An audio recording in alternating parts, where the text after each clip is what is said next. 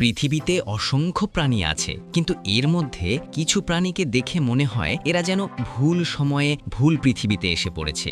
আজকের ভিডিওতে দেখব ঠিক এমনই 5টি অদ্ভুত প্রাণী যারা পৃথিবীতে থাকার মতো নয়। তোমরা যদি এই ভিডিওটা দেখো, আশা করি তোমাদের অনেক ভালো লাগবে।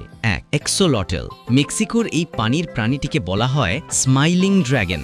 এক্সোলটল কখনো বড় হয় না, সারা জীবন লার্ভা বা শিশুর মতোই থাকে। বিজ্ঞানীরা একে বলেন নিওটেনি। দেখতে মনে হয় যেন কোনো কার্টুন চরিত্রকে জীবিত করে আনা হয়েছে। 2.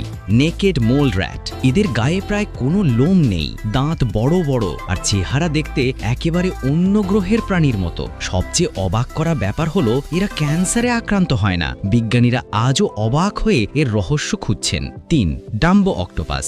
গভীর সমুদ্রের এই অক্টোপাসটির মাথার দুই পাশে কান আকৃতির পাখনার মতো অংশ আছে। দেখতে ঠিক ডিজনির কার্টুন চরিত্র ডাম্বোর মতো। অন্ধকার সমুদ্রের গভীরে এমন প্রাণীকে দেখলে মনে হয় এটা পৃথিবীর নয়, অন্য কোনো গ্রহের। 4. সাইগা অ্যান্টিলোপ। এই হরিণ জাতীয় প্রাণীর নাক দেখতে অবিশ্বাস্য।